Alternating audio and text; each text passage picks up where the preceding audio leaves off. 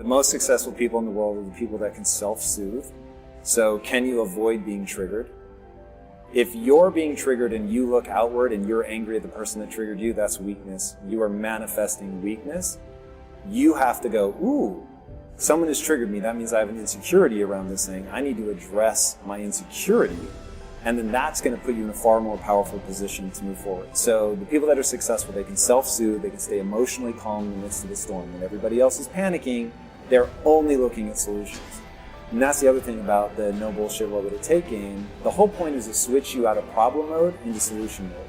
Most people can only see, these are the 152 ways that this could go wrong.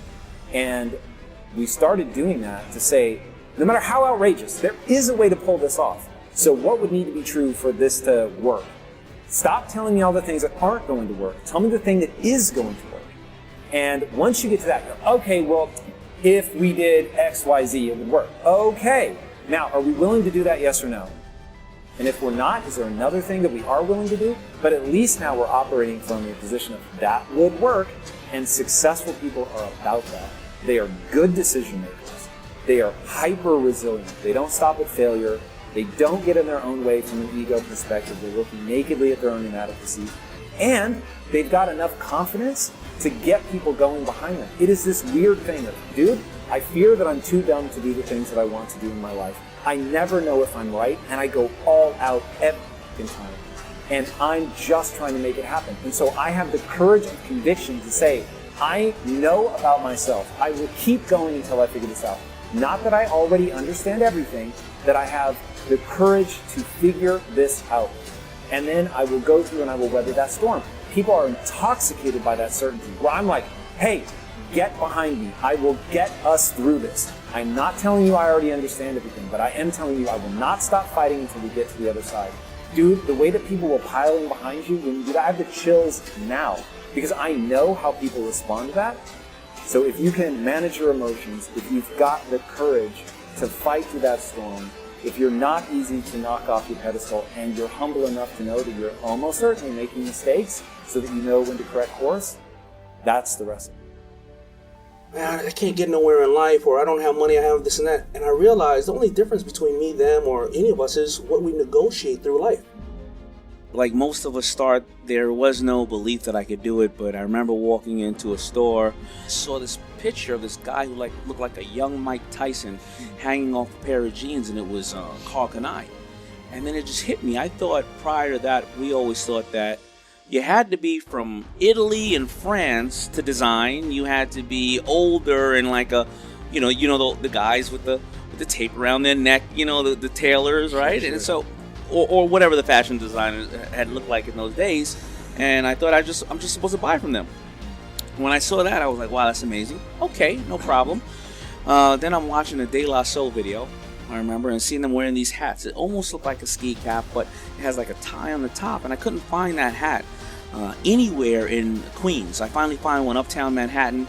I pay for the hat. I come home. I show my mother. I said, look, Mom, go get $40 worth of fabric. I go to the store, get $40 worth of fabric. I come home. I give my mother the stuff to sew the hats. She says, I'm not sewing this. You're sewing this. I said, oh, crap, now I got to work at this?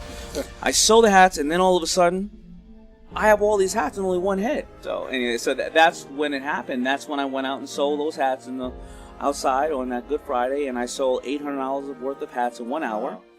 And that's when it just snapped. I just said to myself, wait a minute. I made this with my own hands.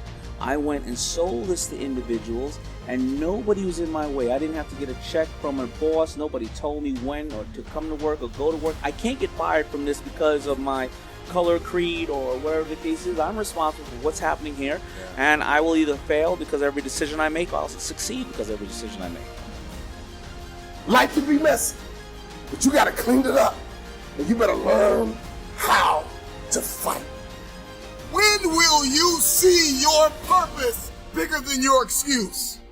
I don't know your name, but I know you have a dream. I don't know where you're from or where you're listening to me. You may be listening to me in your closet, your bedroom, the gym, the car, the bus, the train, the plane. I don't know where you're going, but I know you are going somewhere. You've got a destination. People that make excuses are not connected to their destination. don't have an end game. They don't have a goal. You have allowed yourself to become a weak link covered under the blanket of excuses. But I'm just wondering if there's anybody here that has a dream.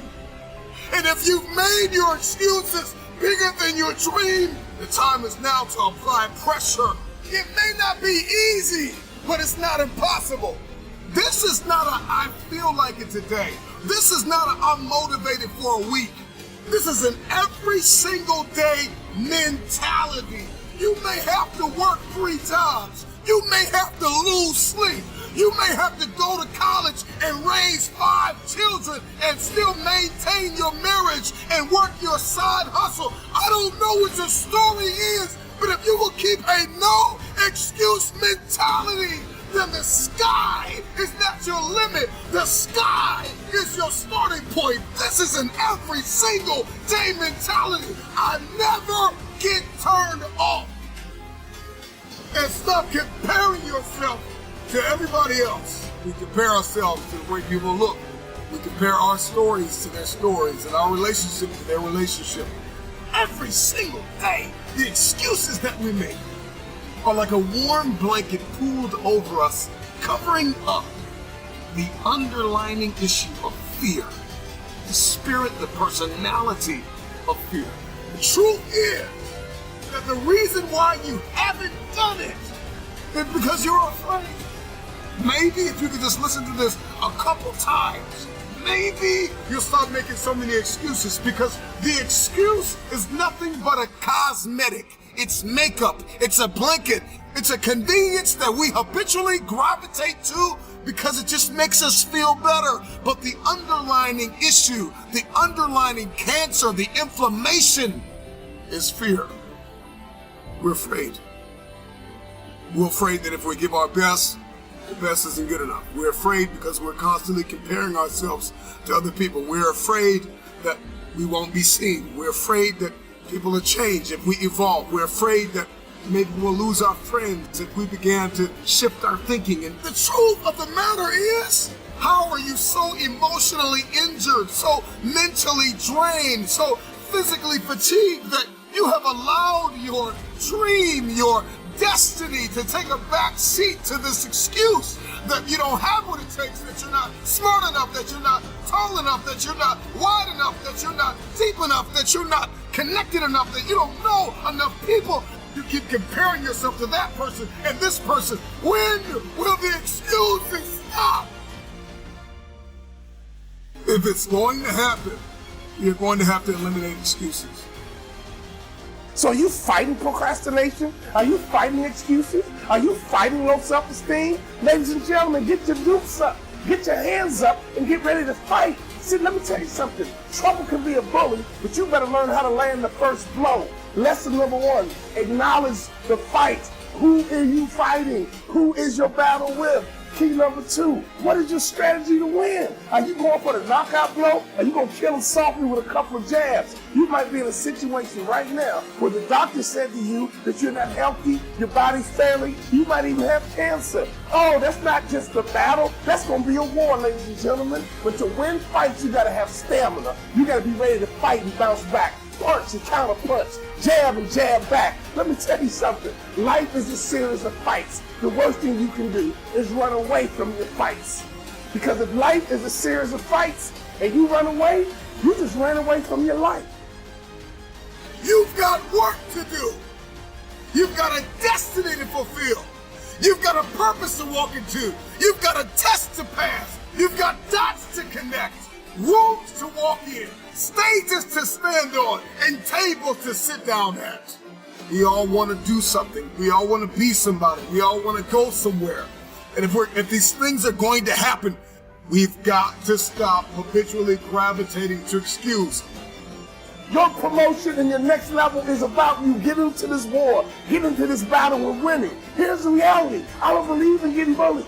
I believe in altercations. And so let me tell you something. Is trouble coming your way, a fight coming your way, and you're running from your fight, you just ran from your life, and you just ran from your future. I've been fighting my whole life, and let me tell you something. We're going to battle, baby, and I want you to do the same thing, because when you get victory, you'll raise your arms up like the champ. When you come over depression, you raise your arms like a champ. When you overcome bankruptcy, you raise your arms like a champ. When you come over divorce, raise your arms in victory. I love Muhammad Ali because he did it with charisma. I float like a butterfly, sting like a bee. Rumble, man, rumble. Let me tell you something. You got to be ready to fight because your life is all about fights. Here's reality.